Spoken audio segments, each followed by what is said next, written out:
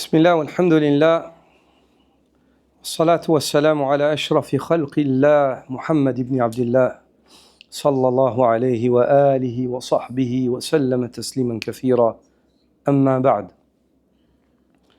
Ce Coran, c'est quelque chose d'immense. Celui qui tend son oreille au Coran avec sincérité, même s'il ne le comprend pas, Allah Azza wa Jal change sa vie. Ce Coran, il impacte les cœurs de leur créateur, car c'est la parole de leur créateur. Kalamullah. Takallama bihi haqiqa. C'est la parole d'Allah. Allah a parlé par ce Coran. Ce que l'on entend ici, c'est les paroles que Jibril a entendues d'Allah. Et il a répété cela au prophète Mohammed sallallahu alayhi wa sallam, qui a transmis à la communauté. Quand on lit le Coran, on ne cesse d'être étonné, subhanallah, par cette compilation, ce ta'lif, cette chronologie. Comment le Coran il est compilé, c'est quelque chose de... C'est quelque chose de khariq lil'ada, mu'jiza. بل أعظم معجزات الرسول القرآن.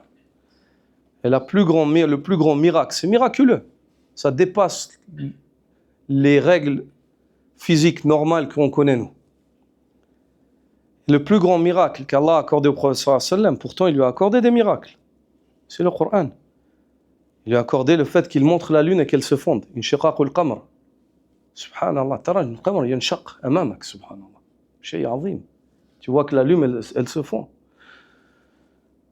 Il lui a accordé, sallallahu alayhi wa sallam, il a tenu ses mains comme ça, il y a de l'eau qui est sortie, qui a jailli de ses mains. Subhanallah. Ali a perdu la vue, il a craché dans les yeux d'Ali, il a retrouvé la vue, il a dit, par Allah, l'œil dans la vue, mes yeux, ils voyaient mieux après cela qu'avant. Et des mu'jizat qui ont été accordés au prophète, qui sont, quand l'homme il les entend, il est ta'ajjab. إنما المعجزة سميت بذلك لأنه شيء يعجز الناس عنه. La mu'jiza, qu'on traduit par miracle, c'est quelque chose, elle a été appelée, elle tient sa racine de ces trois lettres. Ayn, Jim, Zay. Ajaza. Ça vient de là. Et Ajaza, c'est une chose dont tu es incapable. Les hommes sont incapables face à cette chose-là. Ils ne peuvent pas reproduire la même chose. Pour ça que le miracle, il a été appelé mu'jiza. لأنه يعجز الناس. Les gens, ils n'ont pas la capacité de faire ces choses-là avec les moyens normaux qu'Allah leur a accordés.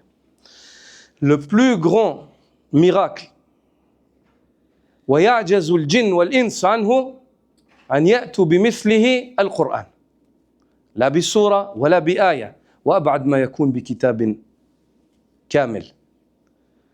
Et le plus grand miracle, dont les gens sont incapables de reproduire quelque chose de similaire ou de semblable, c'est ce Coran, la parole d'Allah Azza wa Jal. Ils sont incapables de reproduire un verset similaire, une sourate, et encore plus loin, un livre entier.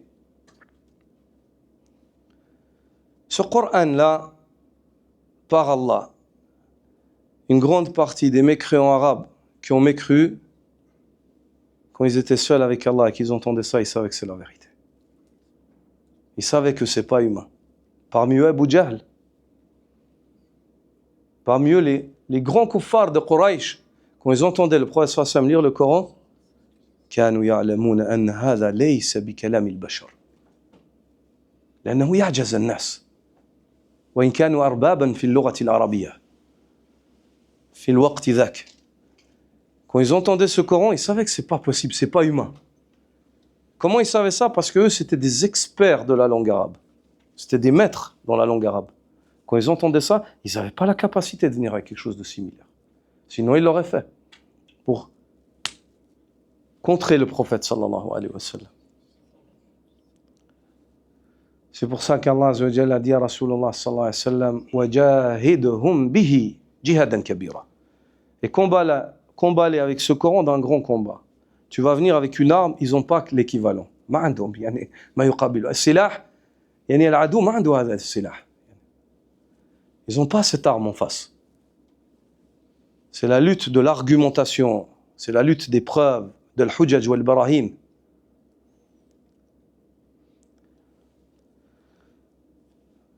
Il est rapporté, Imam Al-Haythami rapporte dans Majma' al-Zawaid un récit dans lequel Omar ibn al-Khattab radiyallahu ta'ala anhu nous raconte sa situation avec le Coran avant l'islam. Il lui raconte un événement avec le Coran avant l'islam. Il dit Kharajtu abghi Rasulallah sallallahu alayhi wa sallam. فوجدته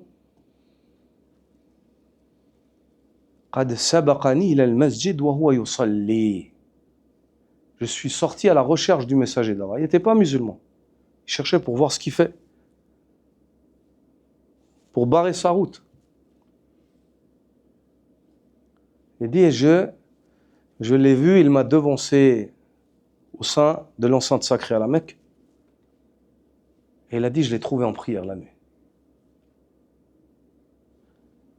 وهو يقرأ سورة الحاقة فأخذت واستمع أنصت.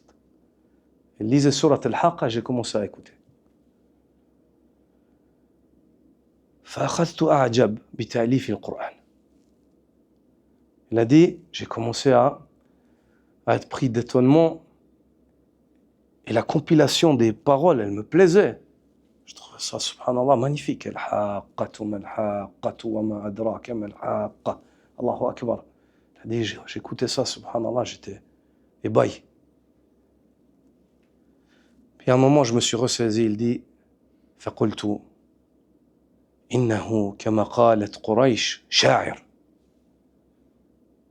Il est vraiment, comme Quraysh a dit, c'est un poète.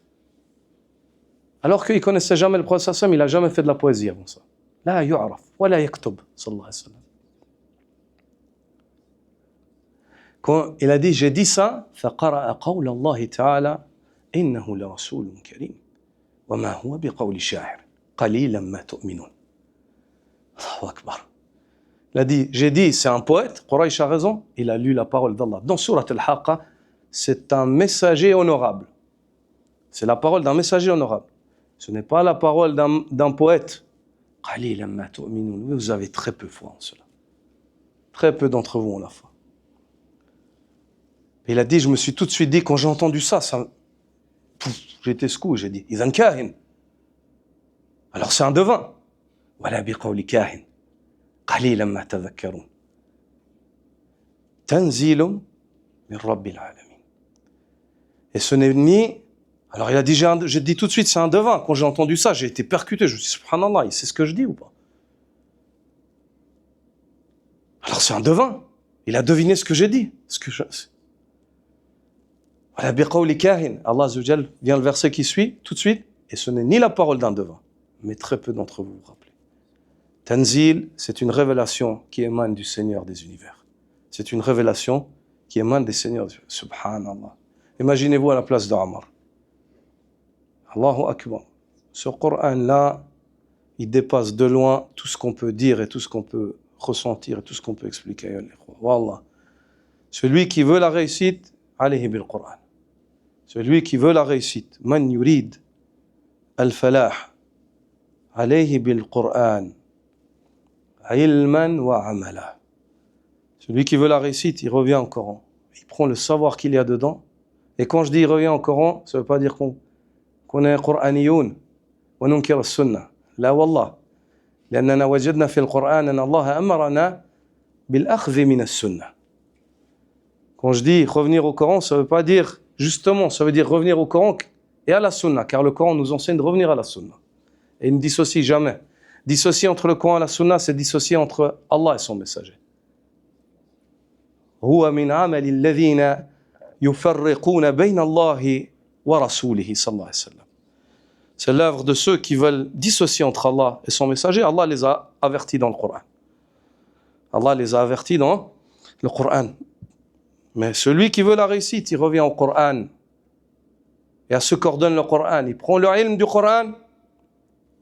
Et dans l'ilm du Coran, il y a le fait de prendre du Coran, de la Sunna, et d'être sur la religion des Sahaba الذين قال الله عنهم رضي الله عنهم ورضوا عنه والذين قال الله عنهم ولهم فإن آمنوا بمثل ما آمنتم به فقد اهتدوا وإن تولوا فإنما هم في شقاق فسيكفيكهم الله وهو السميع العليم. C'est le fait de revenir au Coran, à la Sunna et à la voix des compagnons, ceux au sujet desquels Allah a dit Allah les a agréés, ils ont agréé Allah, Allah les a agréés, ils ont agréé Allah. Ceux au sujet desquels et auxquels Allah a dit si ceux qui viennent après vous ont une foi conforme à ceux en quoi vous avez la foi, ils seront bien guidés. Et s'ils se détournent de ça, ils seront dans une scission évidente, dans un écartement qui s'est écarté de la voie. Allah vous suffira contre eux.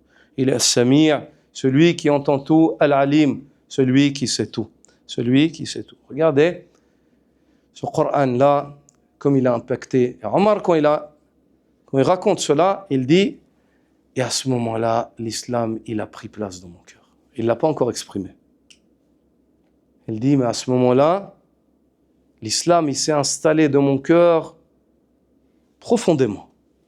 Dès que j'ai entendu ça, je dis, c'est pas possible. Moi, je me rends. Mais il n'a pas encore exprimé. C'est le début où l'islam, il commence à prendre place dans le cœur d'Omar ibn al-Khattab, radiyallahu ta'ala anhu, jusqu'à ce qu'Allah azza wa jal yarfa qadrahu وهو الرجل أفضل البشر بعد الأنبياء والمرسلين وأبي بكر الصديق أفضل بني آدم الفاروق ابن الخطاب رضي الله تعالى عنه. C'est à ce moment-là que l'islam il a pris cœur dans la place dans le cœur de cet homme-là qu'Allah a élevé par le biais de cet islam au point où c'est devenu le meilleur être humain après les prophètes et messagers et après Abu Bakr. C'est le meilleur fils d'Adam. De toute l'humanité, de tous les hommes qui ont existé, qui vont exister, le meilleur homme après les prophètes et messagers, Abu Bakr as-Siddiq al-Farouq, radiyallahu ta'ala anhu, qu'Allah azza wa jalla nous rassemble au paradis avec eux, qu'Allah azza wa jalla nous accorde de les aimer sincèrement et nous rassemble avec eux même si on n'a pas leurs actions. Subhanaka wa bihamdika ashhadu an la ilaha illa anta astaghfiruka wa atubu ilayk. Jazakumullahu khairan. إنا أنزلنا عليك الكتاب للناس بالحق فمن اهتدى فلنفسه ومن ضل فإنما يضل عليها وما أنت عليهم بوكيل